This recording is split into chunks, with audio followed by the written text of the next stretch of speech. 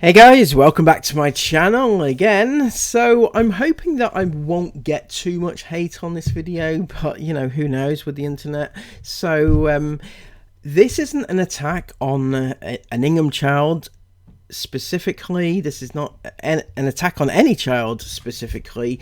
What I would like to say is that when it comes to things like TikTok, right, you've got kid influencers, right? Kidfluencers. We're going to be talking about Esme in that sense specifically, but there is a responsibility for her and her parents specifically to keep her safe and to keep other users safe as well. So with that being said, I was horrified when I went and had a look at the comments on one of her TikTok videos. Absolutely horrified, and to be honest with you, it was harrowing reading them, and I don't mean that very lightly. I don't say that lightly.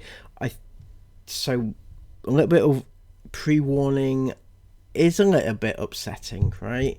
So what happened was Esme uploaded this video here and she captioned it, what would you like for Christmas, right? So that opened the door for a huge range of answers. A lot of them was something basic, like, you know, I want Taylor Swift tickets and things like that, you know, and just basic things that other teens might like. Other answers were not quite that straightforward. So one person commented that they, for Christmas, would like for my mental health to be good for once in my life. So that is not a very positive, you know, you see where these answers are going, right? So this one said a neurology appointment for these chronic migraines that they get. So people are unleashing their issues onto Esme's page, and you know, it got worse. This one said to be loved and to meet you and your family in person. Now, this person who wishes to meet Esme, the 14-year-old child, for her birthday was this woman here. Now, I'm showing it because to me, that does not look like a child, right? To me, it might even come across as like a 30 to 40-year-old woman, right? So I'm not quite sure why. Firstly, this person is commenting on Esme's TikTok, and secondly, why her Christmas wish is in fact to meet Esme in person. That to me is a little bit weird. People would probably overlook it, rightly or wrongly, because she's a woman, but they would, and to me it just seems a little bit wrong, right? Now, other such comments were things like this. This person, this child, would like to be pretty and for someone to like them. Now, to me, these are the two main ingredients that any groomer would pick up on for their grooming purposes. They would pick somebody who doesn't think they are pretty and somebody who is not liked or doesn't think that they are liked, has low self-esteem, and that is being posted on Esme's TikTok page. So that to me is a safeguarding issue and something that Esme technically really should be, her parents should be looking out for and stopping and trying to protect people, especially children who are predominantly commenting on her page. Now, when it comes to grooming, we talk about grooming, right? The next comment is a little bit more worrying. This person says to have friends and not feel lonely at school. So again, somebody with a little bit low self-esteem, doesn't have friends and things like that. However, Esme decided to reply to this one and says, hope you're okay, I'll be your friend. So, you know, it just seems a little bit inappropriate to be picking up on somebody who is like this and just saying, yeah, I'll be your friend. No, Esme, you will not be her friend, okay? That's very inappropriate and very wrong, and just wrong for both parties, right? It's a safeguarding issue. For one thing, you know, Esme's putting herself out there with the possibility of being catfished, for one thing. You know, that person might not be who they say they are. They might not be lonely. They may have a ton of friends. They may be a 50-year-old man, right? So, yeah, that is a clear issue, right? But also, Esme shouldn't be trying to pick up friends who may or may not need their help. It's just wrong on every level. Now, this person for Christmas wants for their mum to be happy, which again I feel is kind of getting a bit more, you know. And then my dog back. She has gone 1 year. Right, so this person wants their dog back for Christmas. And this person wants her dead kittens back. And it gets worse and worse. To be with my mum for Christmas again. It's been 4 years, so you can see where these comments are actually going from here, and they're gonna get worse. I want my nan back who passed on Christmas, and these just get sadder and sadder. My nan back, I want my nan back. Another one says my nana back.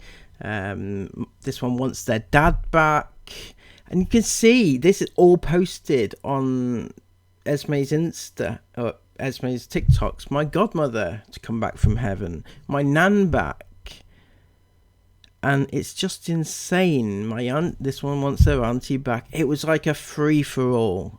This one wants their granddad back.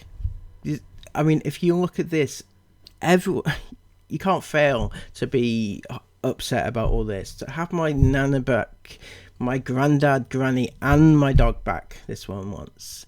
It was absolutely insane, and they're all still up there, all these comments, and I feel that this shouldn't be a place where Esme has to take on all this responsibility of people unloading onto her. I'm sorry, like, you know, I can see where, you know, she's the one that asked the question, but it really shouldn't be. You know, if somebody posts something on my channel, like I'm having a difficult time, or I've just had a bereavement, I've lost my husband, I've lost my wife, I've lost my child, or whatever it may be, right?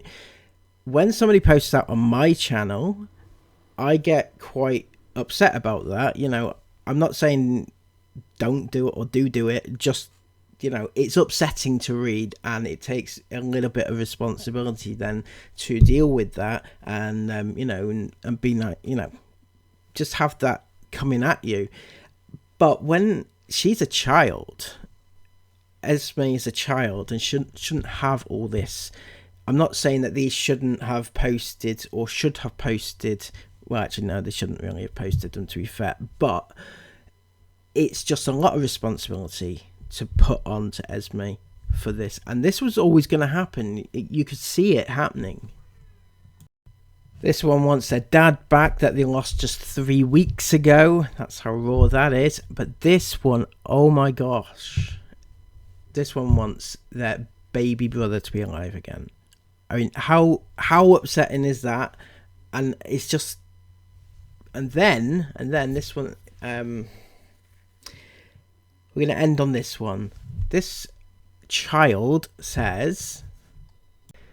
My wish is for my twin sister to come back.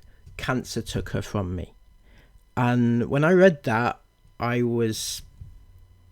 that pretty much ended me, right? So I decided to have a look at the account to see what was going on, and she is absolutely obsessed with Esme, and it's just... To post that was very upsetting. Now, on one of her videos, because she has a public account, but most of it is actually Esme reposts and stuff like that, Esme edits. But on one of the videos, it had it was a dedication to her sister who had passed away. And there was one comment on it, and I thought I'll have a look to see what's been commented on, and I was just flabbergasted. So this was like a spam comment, right? So don't take it too seriously, but it was very, very insensitive. And the person here has written, message me for fast recovery. Now, he is, and I'll show you his account here. So this is him who's posted. He does engineering services. Message me for any account recoveries or fixing. So he's basically does account recoveries of some description, technological. So that was what the recovery bit was relating to on that girl's post. However, the fact that she is posting about her sister who has passed away, and you've got this insensitive twat posting on her account saying message me for a fast recovery, just seems a little bit insensitive, just to me. I was actually fuming when I read that, and I really wanted to go and have a rant at him, but on all his videos they have the messages disabled, so I couldn't do that. So I thought this was a good opportunity to unleash my wrath at his direction. But yeah, this is the sort of thing, if you see, that can happen on TikTok. You've got all this crap going on, and it leads and it stems, a lot of it, from these influencers who, you know, don't give a shit about what's being posted on their account, as long as it's interaction and it gets the algorithms